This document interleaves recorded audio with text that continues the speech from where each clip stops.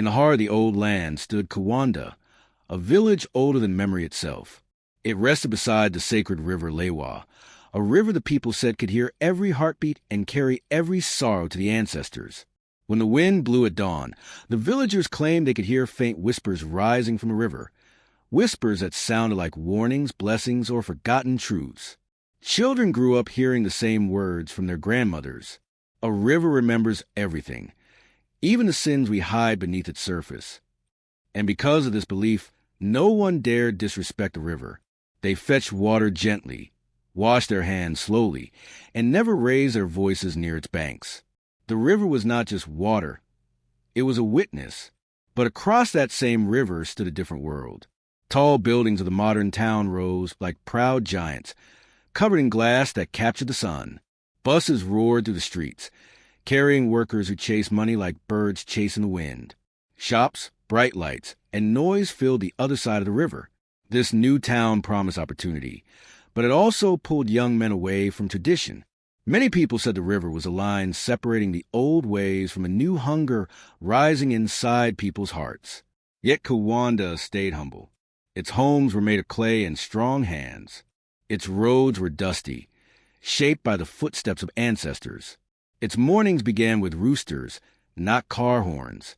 And beneath the ancient baobab tree, elders met every evening, telling stories that carried the wisdom of centuries.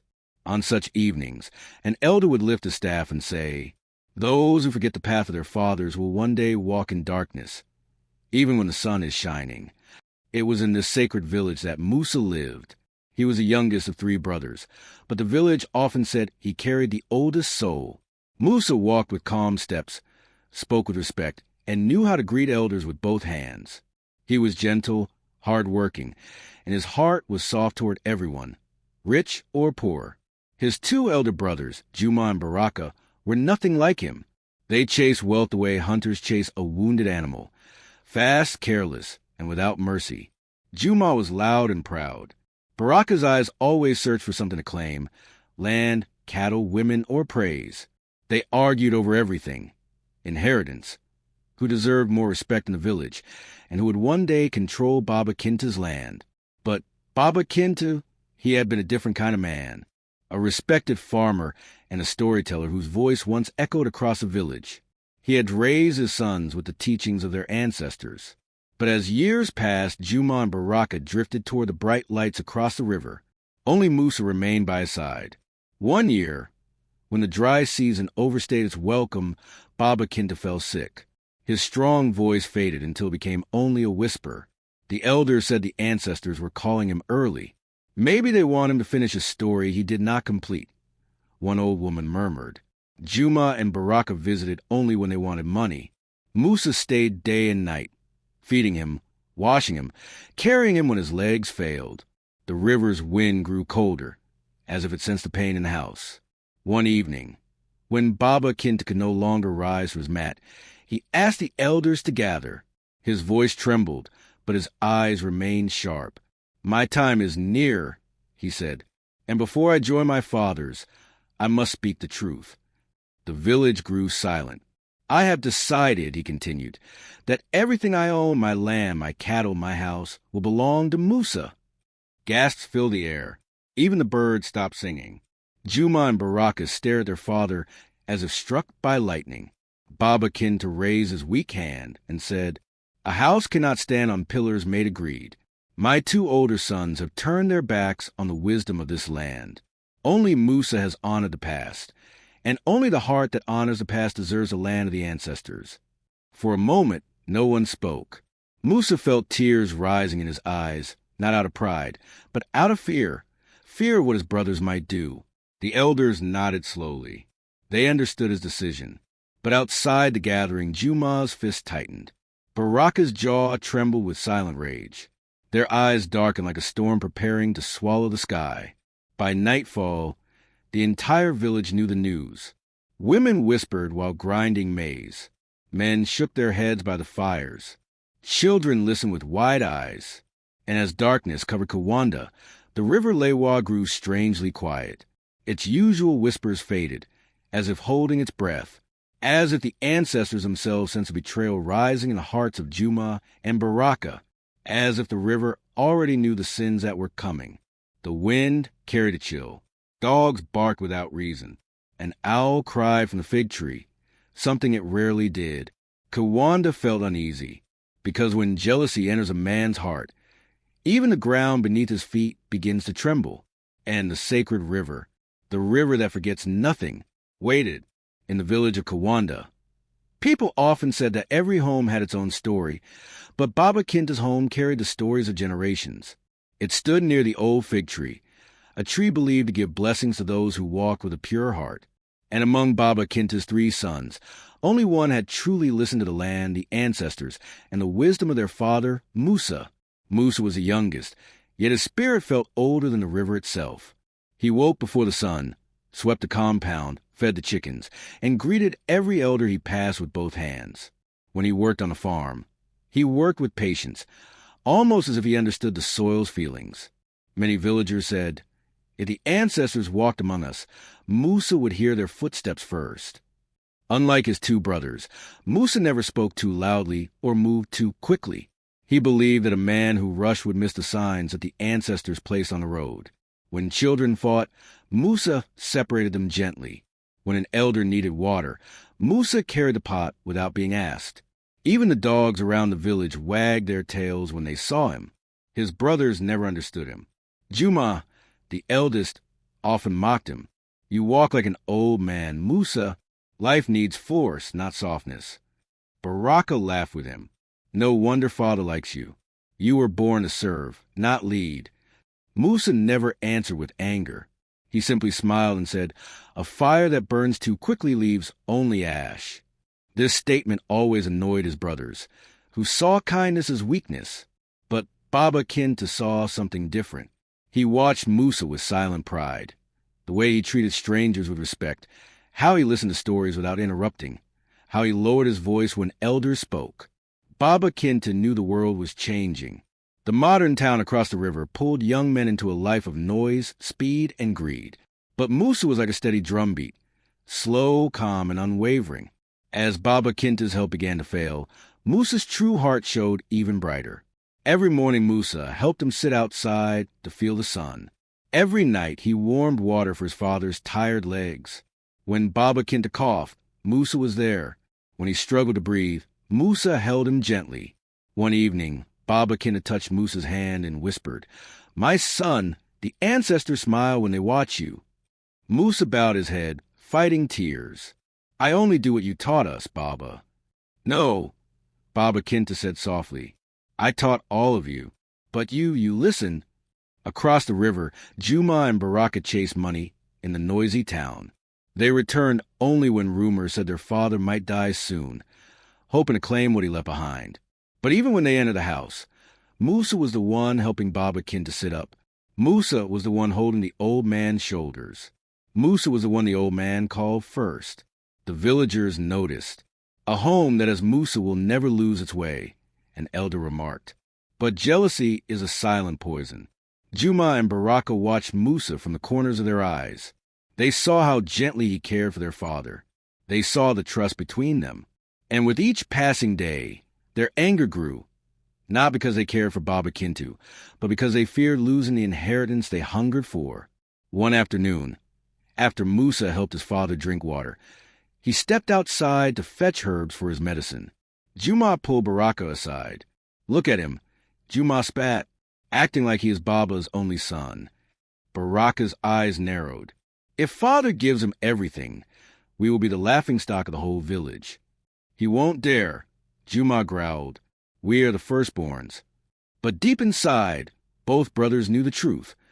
Baba Kinta trusted Musa more than both of them combined. And deep inside, Musa felt a heaviness he could not explain. He sensed the distance between him and his brothers growing wider, like the river itself separating villages from the modern town. But he kept serving, kept loving, kept honoring the man who had raised them all. That night, as he sat beside Baba Kinta's bed, the old man whispered, Musa, when I am gone, walk carefully. A jealous heart can be more dangerous than a spear. Musa nodded slowly. I will be careful, Baba. and I will keep peace in this home." Baba Kinta smiled weakly. Peace is a gift, but not everyone wants it. Outside the house, the wind shifted. The sacred river Lewa flowed with a strange silence, as if listening, as if preparing, as if warning. The moonlight touched Musa's face, and for a moment he felt the weight of the ancestors resting on his shoulders.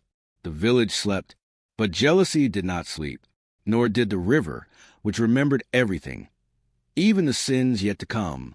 The sun hung low over Kawanda as if it, too, sensed the unrest growing inside the village. The sacred river Lewa moved gently, carrying the whispers of ancestors who had watched generations rise and fall along its banks. Its calm waters had a warning, one that many villagers felt in their bones. Musa walked slowly along the river path, thinking about the words his father had spoken during the gathering with the elders. The will, the inheritance, the responsibility of the land. His chest felt heavy, not with pride, but with fear of what this would do to his brothers. As he reached the old mango tree, he heard hushed voices behind it, voices he knew too well. Juma spoke first, his tone sharp like a blade scraping stone. "So, the boy thinks he deserves everything? The land? The cattle? Even father's house?" Baraka scoffed. "Deserves? He didn't earn anything. He just sits by father's side pretending to be a saint." Musa remained hidden, his heart thumping painfully. He knew the river carried the truth, but he never expected their bitterness to spill out so openly. Juma kicked a stone so hard it bounced off a tree. "That old man has lost his senses. How can the youngest rule over us? How can he take the land our blood helped build?" Baraka's eyes gleamed with something dark, something dangerous. Musa has always been the favorite, always pretending to be humble so people praise him. But this time he has taken what belongs to us. Juma stepped closer to Baraka, lowering his voice. "We cannot let him keep it. The village will laugh at us. Two grown men, defeated by a boy who still listens to bedtime stories." Baraka nodded slowly. "Then we make sure the land returns to its rightful hands." Musa swallowed hard. The river behind him felt suddenly colder, as if the ancestors themselves waited for what he would do next. He wanted to walk away. He wanted to pretend he didn't hear. But something in their voices, something sharp and unforgiving, held him there. Baraka continued, his tone creeping like a shadow across the ground. "Musa is weak. He listens to the elders. He respects father too much. People like him, they never see danger coming." Juma cracked his knuckles. When father joins the ancestors, Musa will stand alone. And when a man stands alone, he is easy to break. At that moment, an owl hooted from the riverbank, a sound the elders often said meant danger was near. The brothers fell silent for a moment, glancing around, then walked off toward the path that led to the modern town across the river. The tall buildings in the distance glimmered in the fading light, symbols of all the power and money they chased, symbols of a world that pulled them away from their roots. When Musa finally stepped out from behind the tree, his legs felt weak. He knelt beside the river, cupping the water in his hands. "Ancestors," he whispered, "guide me.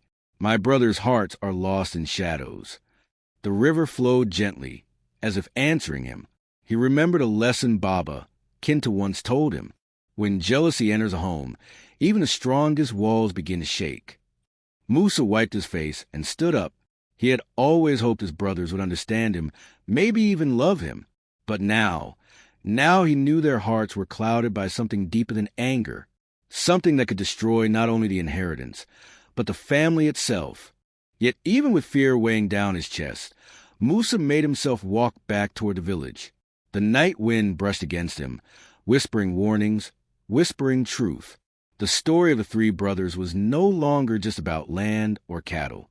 It had become a test of character, a test of destiny, and a test of the river that remembered everything, even the sins men tried to hide beneath its surface. And somewhere in the darkness, the storm that the river had foretold was slowly beginning to rise. The morning sun rose over Kawanda with a strange dullness, as if it carried sorrow in its rays. Even the sacred river Lewa moved more slowly, its water dark and heavy like it knew something the villagers did not. Birds that usually filled the sky with song sat quietly on the branches, watching the old Kinta home as if waiting for a message from the ancestors. Inside the small mud brick house, Baba Kinta lay on a woven mat, his breath thin like a thread about to break. His once strong hands that had tilled the land for decades, now trembled with every movement. Musa knelt beside him, wiping his father's forehead with a cloth dipped in cool river water. "Baba," Musa whispered softly, "try to drink. It will help you." Baba Kinta opened his eyes slowly. They were dim, yet carried a depth that made Musa's heart tighten. "My son," he said weakly, "the river, it has been calling. When the Lewa grows quiet, it means the ancestors are speaking." Musa shook his head quickly. "Do not say that. You will get stronger. I will take care of you, Baba. Just rest."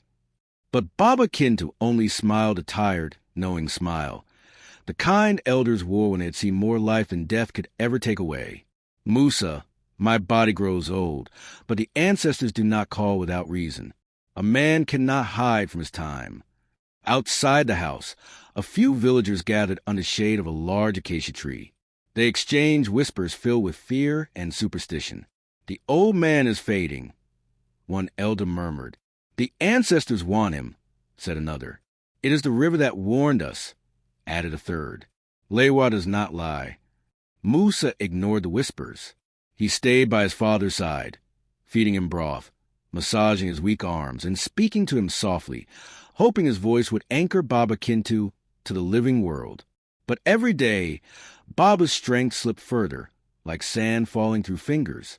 Meanwhile, Juma and Baraka returned only when they pleased. They came from the modern town across the river, wearing shiny shoes and loud confidence. The tall buildings across the water reflected in their eyes, filling them with dreams of money and quick success. Juma stood at the doorway one afternoon, frowning at the dim room. "Is he still sick?" "Musa, you worry too much. Old people fall ill all the time." Baraka laughed lightly as he dusted off his shirt. "He will be fine. Besides, we have business in town. There is no time to sit here all day." Musa stared at them with disappointment. "He is your father, too. He needs us." But they waved him off like a child. Later that night, Musa sat alone with Baba Kintu as the oil lamp flickered. The old man reached for Musa's hand with trembling fingers. "My son, listen closely. When the ancestors whisper, a man must prepare his home." Musa leaned closer, tears threatening to fall. "I am here, Baba." Kinta looked at him with eyes full of love and sorrow. "You have always listened. Musa, you have always respected the ways of our people. But your brothers, their hearts chase shadows. When I am gone, the river will test you all." Musa felt a lump grow in his throat. "Baba, please." But Baba lifted a weak hand. "Do not fear. The ancestors guide those who walk with a clean heart." A soft wind swept into the room, rustling the curtains.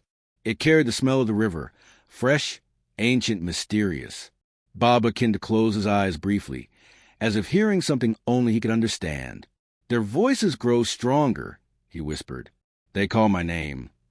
Musa placed his head on his father's chest, fighting back tears. "You are not leaving me." "Not yet."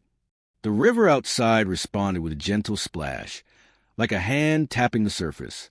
And in that moment, the village felt the weight of something shifting, something sacred, something old. Even the elders said the night air felt different, as though the world was holding its breath. Kiwanda waited. The river waited. And Musa, heart trembling, waited too, knowing that the path ahead would not be easy, for when the ancestors call, they rarely call without reason. The sky over Kiwanda darkened earlier than usual, as though the heavens themselves wished to witness what was about to unfold. Clouds gathered slowly, pressing together like villagers leaning in to hear gossip.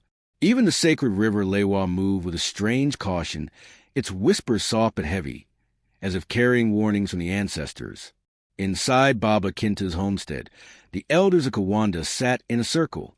Their walking sticks rested on the ground, crossing like roots of an ancient tree. A silent tension filled the air. Everyone knew something important was about to be said, something that would change the balance of the family, and perhaps the whole village. Baba Kintu, though weak from illness, sat upright on a carved wooden stool. His frail fingers traced the patterns on its surface, the same patterns his father had carved long ago. Musa stood behind him quietly, hands folded, eyes lowered out of respect. His brothers Juma and Baraka stood off to the side, impatience burning through their sharp stares. An elder finally spoke. "Baba Kintu, we are gathered as you asked. Tell us your wish." Kintu took a slow breath. It sounded like the wind passing through old branches. "My time walks closer," he said softly. "The ancestors call me, and before I follow them, I must place my home in order." Juma smirked, nudging Baraka. "About time," he whispered. Musa heard it, but stayed silent, his heart pounding. He did not know what his father planned to say. Baba Kintu lifted his trembling hand. "For many nights, I spoke to the spirits of our land. I listened to the river Lewa, for it holds memories older than any of us, and it guided me." The elders leaned forward, their eyes shining with anticipation. "I have raised 3 sons," Kintu continued, "each gifted in his own way. But only one has walked with humility. Only one has honored the teachings passed down from our fathers. Only one has carried the weight of family, without complaint." The room grew colder. Juma's smirk faded. Baraka straightened, his jaw tightening.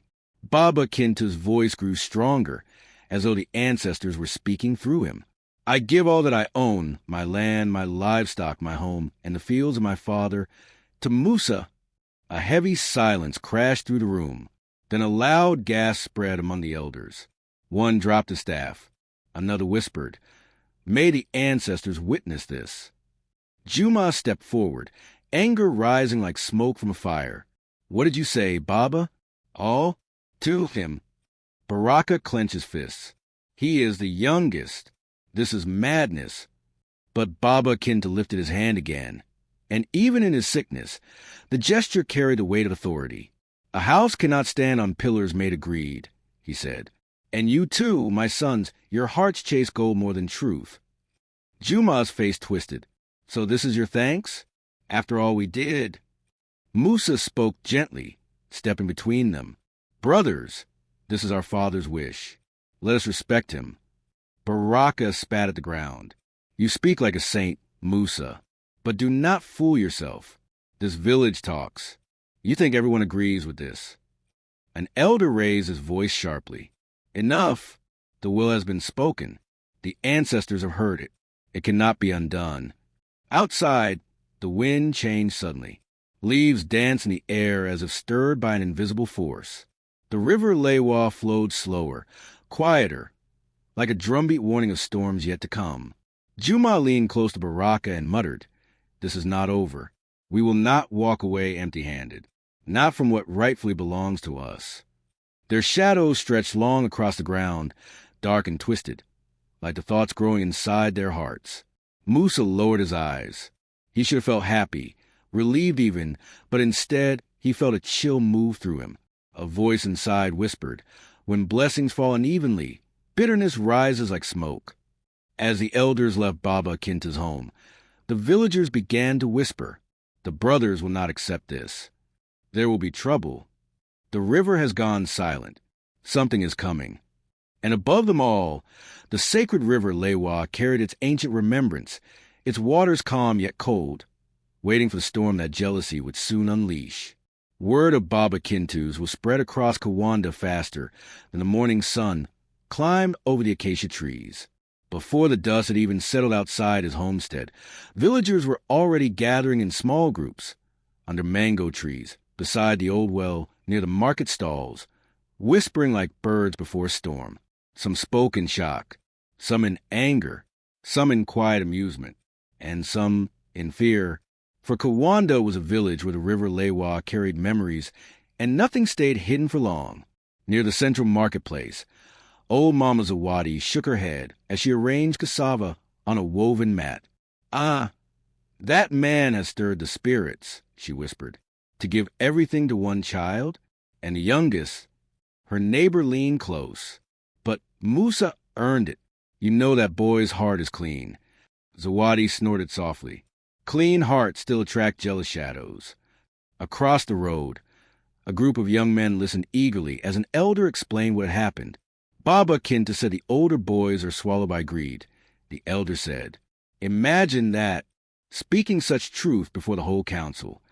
One of the young men whistled. "Juma will not sleep tonight." "Sleep?" another said. "He will not think tonight. His anger is louder than a drum." Meanwhile, children huddled under a baobab tree, repeating the gossip with wide eyes. "My mother says the river will punish whoever tries to fight the will," one child said. Another replied, "But my father says the brothers are already planning something." Not far from them, Juma and Baraka walked through the village with stiff shoulders and dark faces. Everywhere they passed, conversation stopped. Eyes followed them but quickly looked away when they turned. Some villagers greeted them nervously, afraid to appear disrespectful. Others avoided them entirely. Baraka muttered beneath his breath, "Look at them, like vultures waiting for us to fall." Juma clenched his jaw. "Let them stare. When we take what belongs to us, they will look away." A woman carrying water pots shook her head as they passed. "Those two! Trouble walks behind them like a hungry dog," she whispered to her friend. At the river bank, Musa sat alone, legs crossed, watching the gentle waves of the Lewa.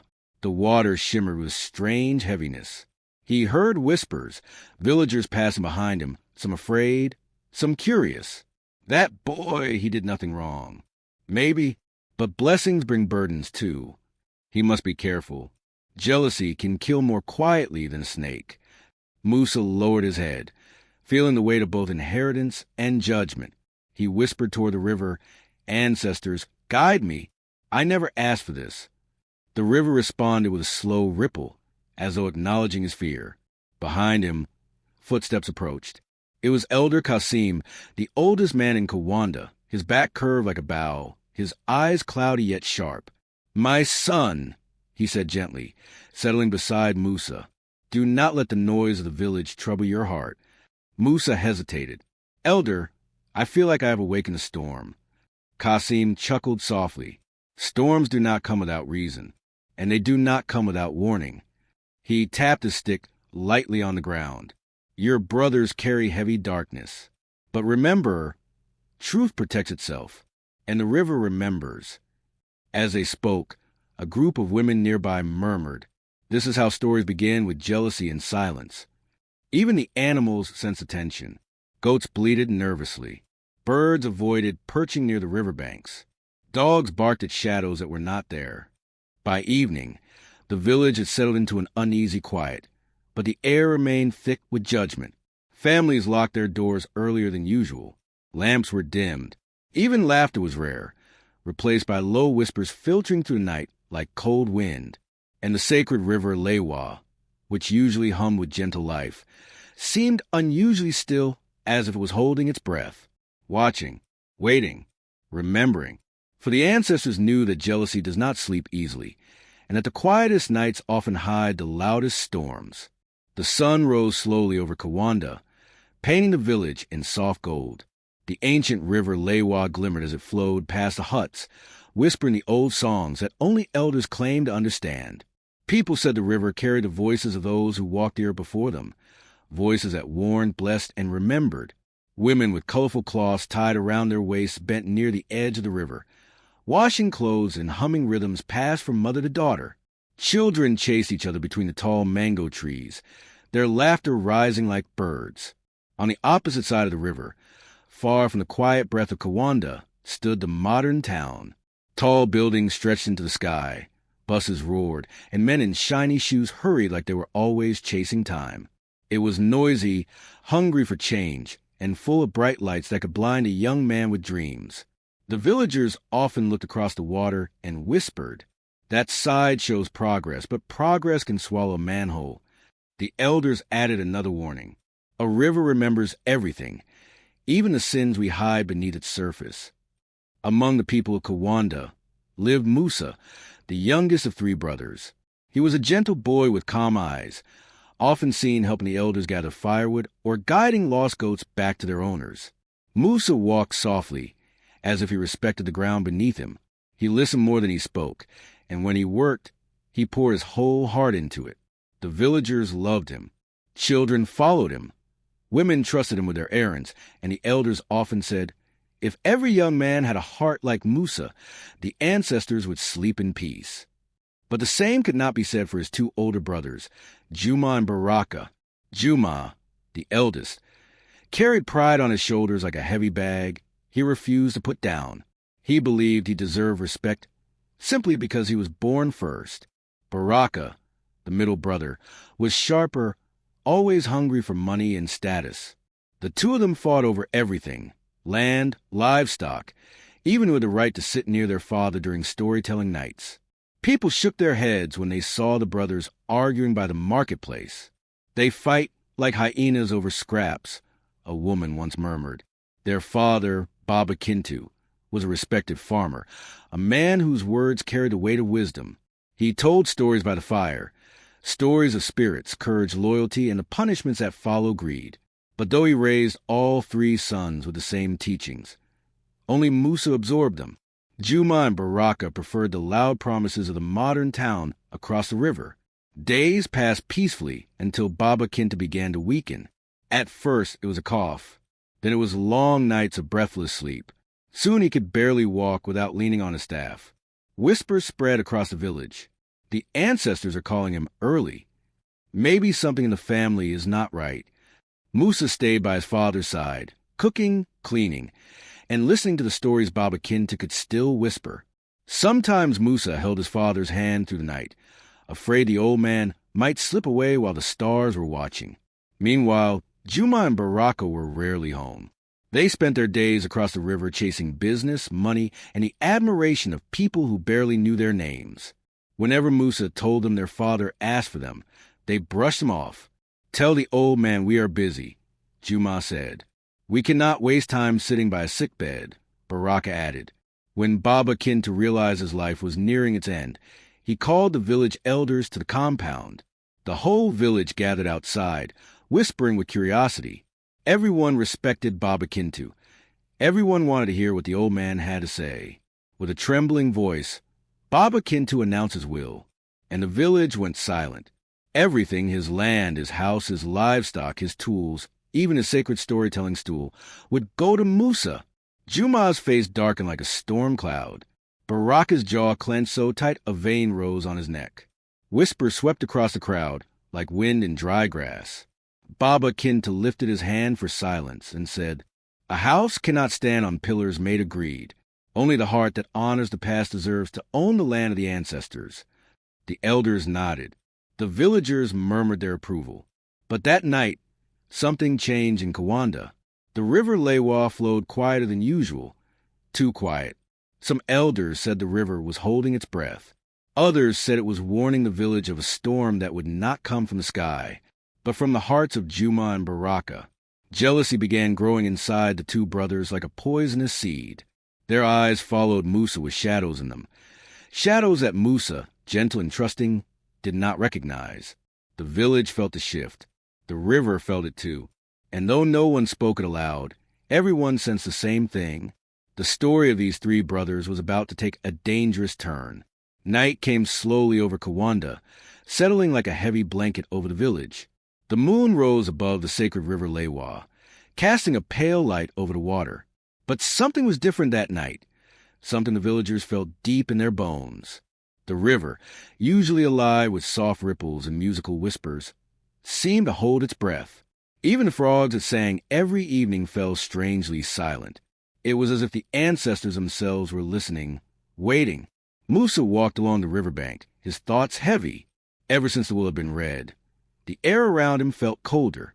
When he passed by people, they lowered their voices. Some looked at him with sympathy. Others looked at him with fear, as though they knew something dark was growing in the hearts of his brothers. He bent down and touched the water gently. "Lewa," he whispered, "why are you so quiet tonight?" The water moved only a little, as if responding. Musa remembered the old saying, "A river remembers everything." His father had repeated those words many times. "Water does not lie," Baba Kintu would say. "It carries truth. It carries warnings. And it carries the stories of what men try to hide." Musa sighed and stood up.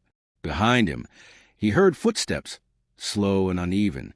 He turned and saw Nakado, one of the oldest women in Kawanda.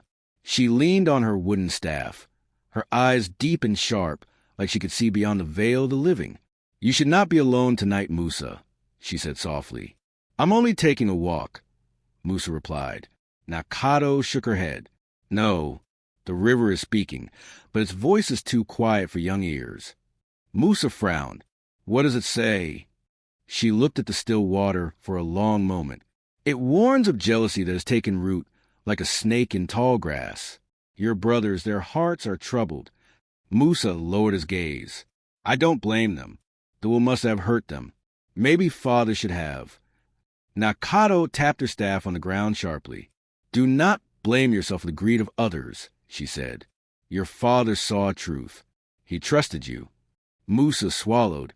"I just want peace in the family." "Peace?" Nakado chuckled sadly. "Child, peace is not born where hearts burn with envy." As she walked away, Musa felt a shiver crawl up his back. Across the village, in the dim shadows of their compound, Juma and Baraka sat together in hushed conversation. A small lantern flickered between them, its flame trembling as though afraid of what it was hearing. Juma's voice was sharp with anger. "Father humiliated us in front of everyone. The whole village sees us as useless now." Baraka's eyes narrowed. "And Musa walks around like some hero, all because of a sick old man's final words." Juma slammed his fist against the ground. "The land should be ours. I am the firstborn. And I am the strongest," Baraka added. "Yet he leaves everything to the quiet little goat herder?" They fell silent for a moment. The flame flickered again. Baraka leaned closer and whispered, Maybe Musa should not enjoy what belongs to us." Juma looked at him. "What do you mean?" Baraka's voice dropped even lower as he said, "There are many ways to remove a problem, and the river, it forgets no body once it takes it." Juma hesitated, but greed darkened his face. "If the ancestors take him, everything returns to us." Baraka smirked. "Exactly." The river outside their home remained silent, but its waters tightened as though holding a secret it did not want to carry. A gentle wind moved through the village, bending the banana leaves and shaking the dried gourds that hung from doorways. Dogs refused to bark. Owls stayed hidden. Even the earth felt uneasy. Back at the river, Musa sensed a strange heaviness in the air. The silence felt unnatural, as if the night itself was warning him. He stepped back from the water. "Something is coming," he murmured. Above him, clouds drifted slowly across the moon, covering its light. The river's surface darkened. The ancestors watched. The river listened. And betrayal began to form like a storm cloud in the hearts of Juma and Baraka. The Lewa grew even quieter. Too quiet, almost afraid. As Musa walked home, unaware of the danger growing behind him, the river carried the truth in its calm surface. A storm was coming. A storm not made of rain, but of brothers